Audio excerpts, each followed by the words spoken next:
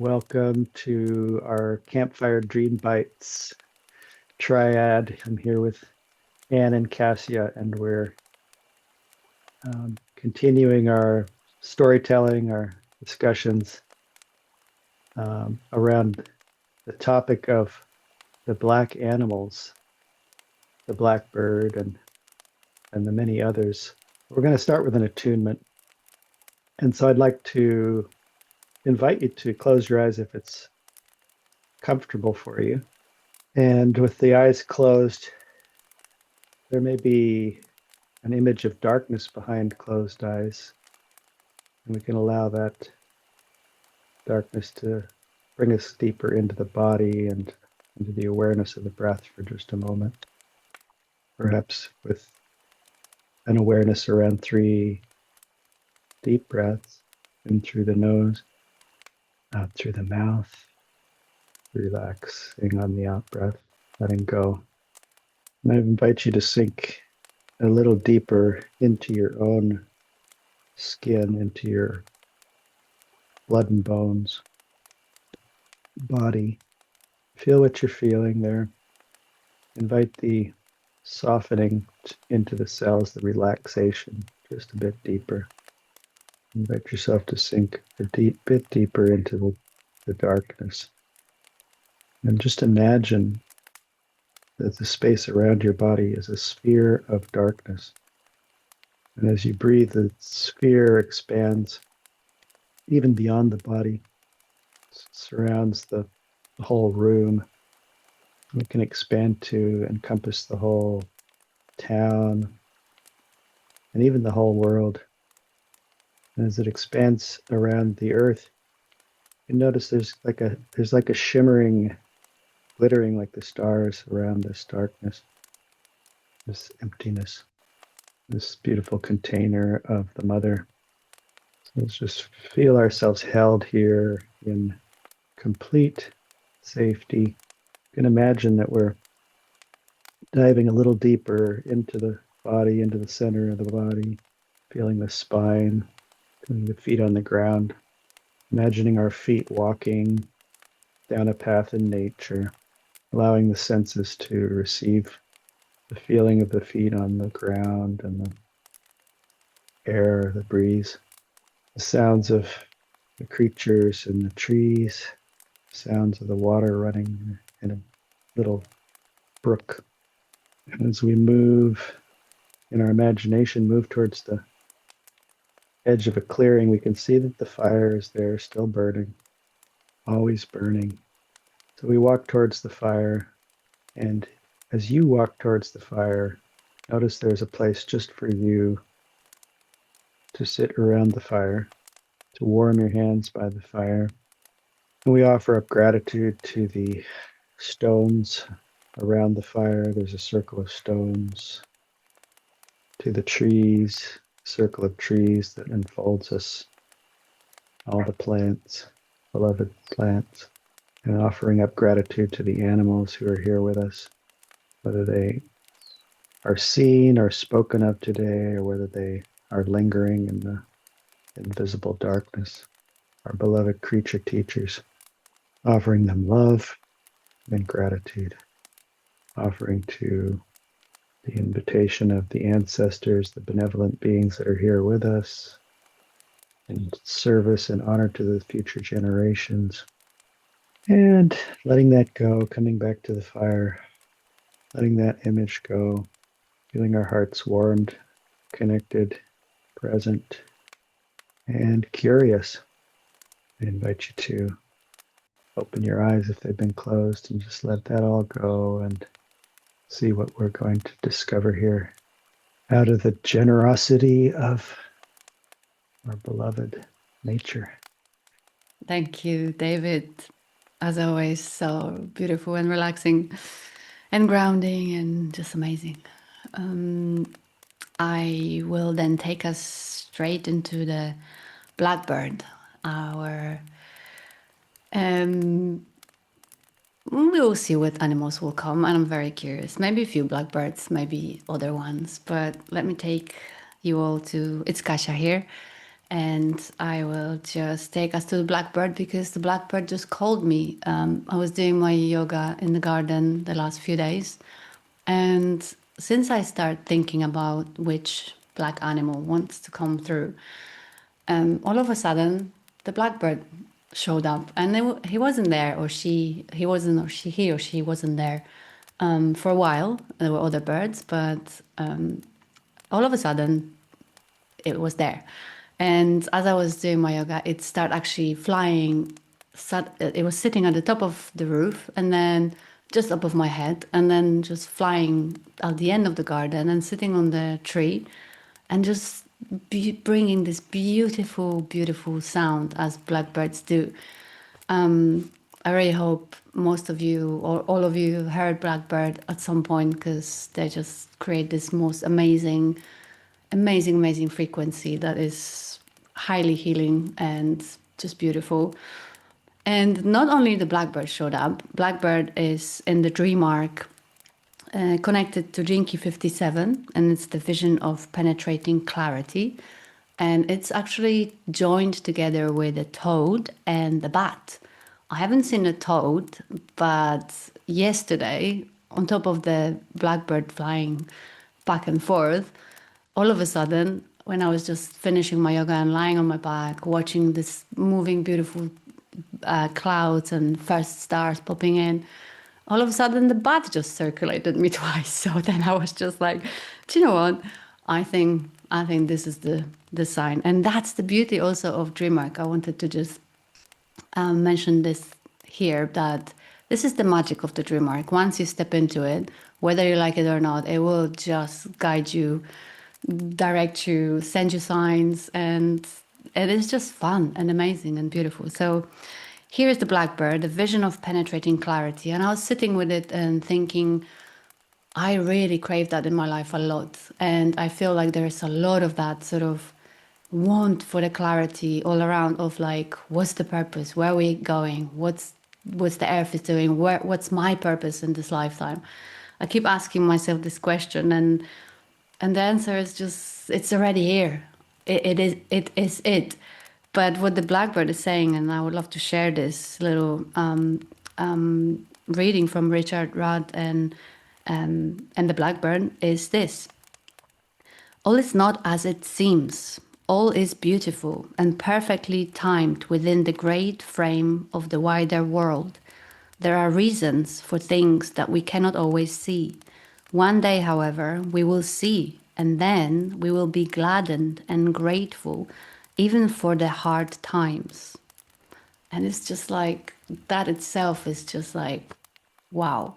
Because in the hard times, the mind tend to go into all sorts of different direction. But the moment I read this sort of sentence, and that's what I was saying about the magic of the DreamArc is full of this wisdoms from all sorts of animals. And it just lands in you and it gives you this peace. It gives you this like really amazing sort of like, everything is great just as it is. Whatever is going on, and there's a lot going on. So it was a really like a balsamic message for me. So I was really grateful. And another sentence that stand out for me there was, and I absolutely love this one. This is like, what you know, you already know deep within yourselves. I mean, that's just like, wow. Because it's all about the search always on the outside for someone else to tell us what is our purpose, someone else to tell us what to do, how to be, like what is going on. And actually, if we have the courage to just sit long enough to really listen to that like spark inside us, to the soul particle that is always there, or being, soul being, not even particle, it's like a whole soul that is just waiting for us to connect, then the clarity is just there. So that was really like beautiful message. And then closing this message was also within all this process of opening our hearts. It's really important to be gentle with ourselves and with others, especially now when there's so much going on and so much karmic stuff is being shifted, and it's just like, yeah, let's just be really, really gentle with this process, with ourselves and with others. And just at the end, I couldn't do Blackbird without actually thinking of the Beatles song, Blackbird. I'm sure quite a lot of you know it.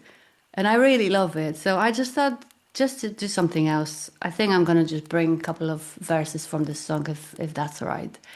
So bear with me, a little swig of tea. And I wanted to bring my guitar, but I think the sound would have just been a little bit distorted. We're recording here. So I'm going to go a cappella. And so here I go. Blackbird singing in the dead of night. Take these broken wings and learn to fly. All your life, you were only waiting for this moment to arise.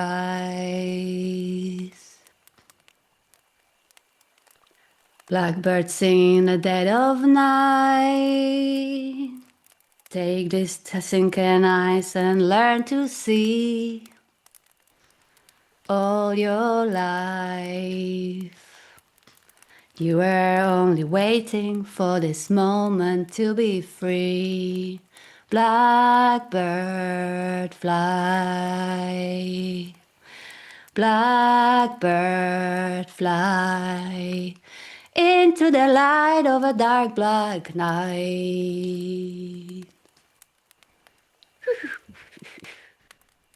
Thank you. It was tremendous, Kasia. Thank you. Thank you so much. That was so beautiful to hear your lovely voice. So thank you, thank you. And David, thank you for the opening. I love the darkness behind our eyelids and things. It was just fabulous. So I'm going to, this is Anne, by the way, and I have a story. So I'm going to tell you my story. So last year, during a trip, we went down deep into the bottom of a cave.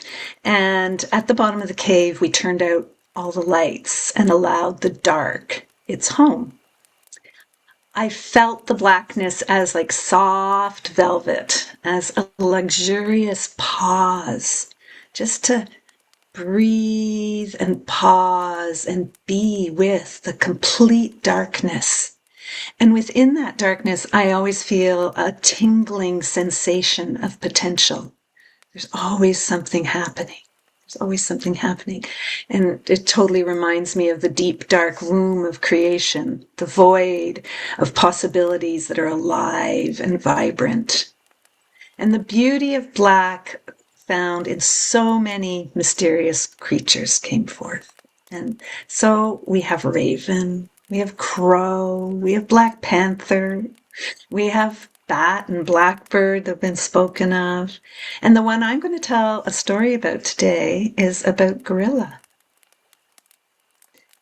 In 2014, my family had the pleasure of traveling to Rwanda to visit the mountain gorillas at Volcano National Park in the Virunga Mountains. The day started bright and early, meeting at the visitor centers. Our tickets for the day had been purchased months before, and we were divided into small groups and assigned to hike to one of the 9 habituated gorilla groups.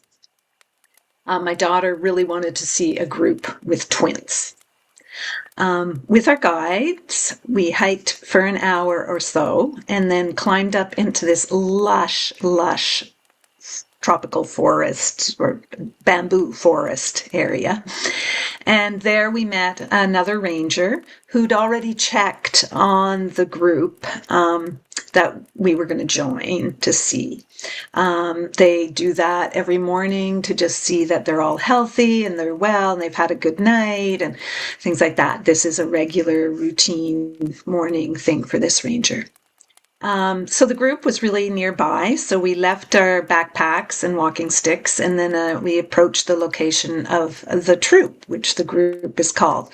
And the group actually was the Hirwa group.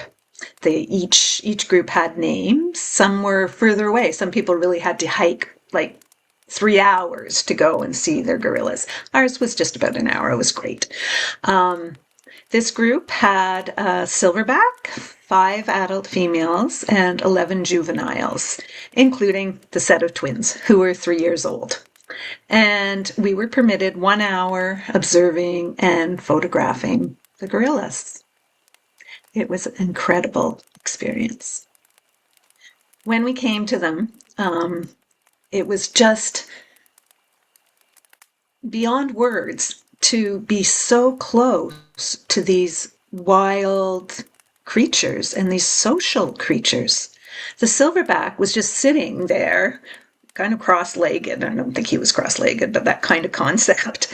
And he was grooming one of the youngsters.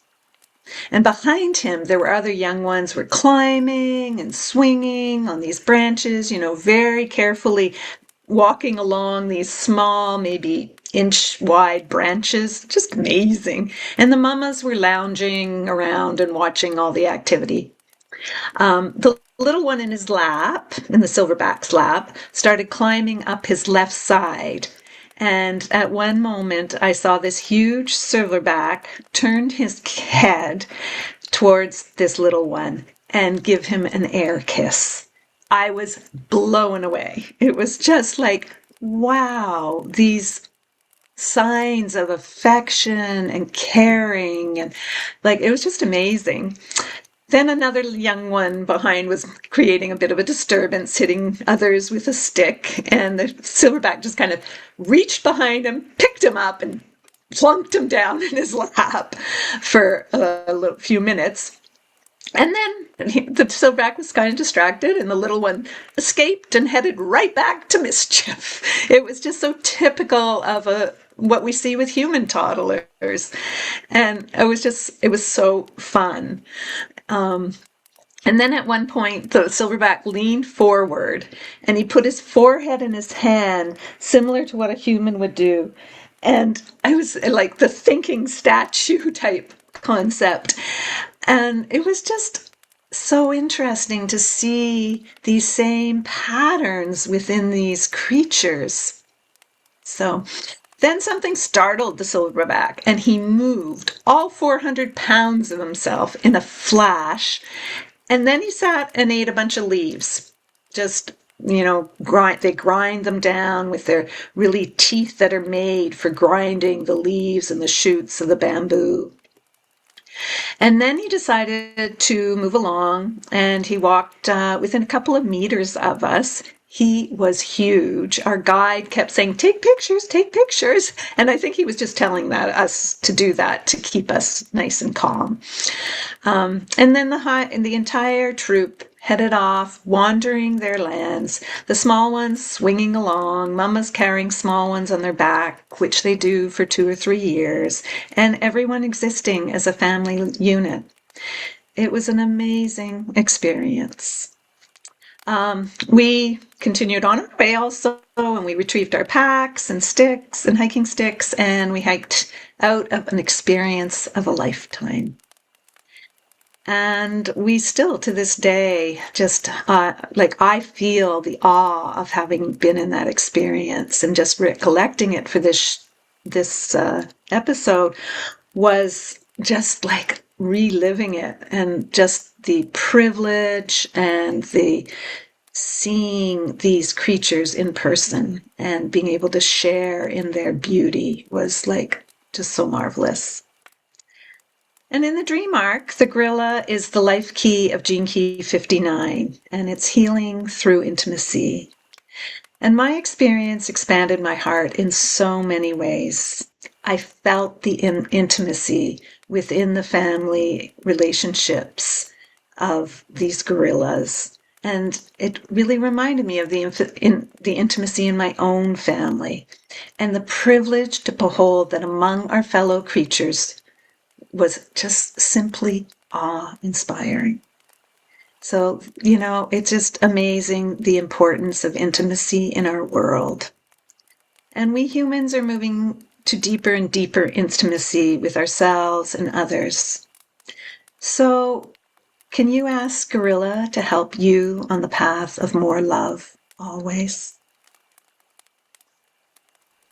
Wow, that was beautiful. I really enjoyed. I felt like I was on a journey to Africa there with you, and I also enjoyed your song, Cassia. Thank you for that. The black animals. I have a love of and developing a relationship with a number of these black animals, and so it's interesting to uh, kind of find the quintessence of a share around these black animals. Also, it's very synchronistic with uh, the gorilla in particular is connected to my evolutionary journey in the gene keys activation sequence, with this 59. And with humanity, I guess you could say, with the way the stars are moving, the lunar nodes are moving. And even as we began speaking together today, I had to mute my uh, or pause my notifications on my computer because a friend popped up and I noticed that two black ravens had shown up during the beginning of um, the purpose sphere, which is just opened for the sage retreat. So there's so many options and animals, and I'll mention a couple of them, but because some of them feel very playful and personal. And the one that popped into my mind was the very uh, ubiquitous crow here in Oregon. We have so many crows. And in fact, the other day I was trying to get some peace and quiet, walking in the park. And sometimes we have noises from the city, but this particular day there was a huge gathering of crows that were just making a big raucous noise up in the trees. And it brought me back to this reminder. There was a time I guess it's been about 22 years ago, I met a guy who had been adopted by the Hopi, uh, in particular by a Hopi priest who had died and shared before he died, he had shared this sacred knowledge with this man, and it was offered to me. And so I received this, uh, you know, a lot of things that seemed rather hard for me to grasp, but the simplicity of what was shared was called crow law. And crow is in some lineages, in this particular lineage, is a keeper of sacred law. And the simplicity of that is also such that the Hopi believe that that is why the judges in our judicial system wear black, because all law is derived from this particular sacred law. And it's so simple. It goes, land is life, period. Respect all land and life, period. And so there's a resonance in that, that I've contemplated over time that is very profound. The connection between, um, the material and the spiritual, um, the darkness and the light, the void and the substance is all there in these very few simple words. And so it's so interesting to have that embodied as something called the crow law, and yet they're so common, you know, such an ordinary creature, at least here in this part of the world. And so I've often invited the crow to speak, and I'll share something that I wrote at the end. But there's some other animals that have been up for me over the years, and there's when our kids were young, there was a story that was told, and you can still find it, you know, by some of the storytellers about these two characters called Black Beetle Old Man and Black Beetle Old Woman. And to this day, my wife will sometimes call me Black Beetle Old Man because we got such a kick out of this. And the in the context of um, the story, there is an unfoldment, and Coyote is one of the characters, and the Black Beetle Old Man kind of gets tricked by the coyote, and um, but it's a very tender story and it's a very ordinary story. And so I find it quite dear that the black beetle in Dream Arc references the fear of ordinariness. And the ordinary is extraordinary, when I can fully show up for life. It's kind of the essence that I feel from that particular unfoldment. And I can't help but share that out of nowhere in the last month, I had this dream of a black rat. And the rat wasn't really doing anything. It was just there for me to notice it. And I was, a bit perplexed and wondering and curious and confused about the rat showing up, and began to do some inquiries about the rat. And the rat can have some energy of a lot of activity. Rats are very busy. They're also very successful, right? They're the most successful mammal on Earth. And I finally landed on this beautiful image of the Lord Ganesha, the Hindu god, who's got the elephant head. And I had never really realized that he rides on a rat. He rides on a black rat, and he's the destroyer of obstacles, the remover of obstacles. And this rat is his steed. So the rat has this energy of moving through any obstacle, and it also can have connotations of kind of what's eating away at me, what anxieties am I hanging on to. And so it has this energy of balancing in times of what would I call it, overwhelm. Even the connects to the crow energy, where the Norse god Odin has no, that's the two ravens on the left and the right.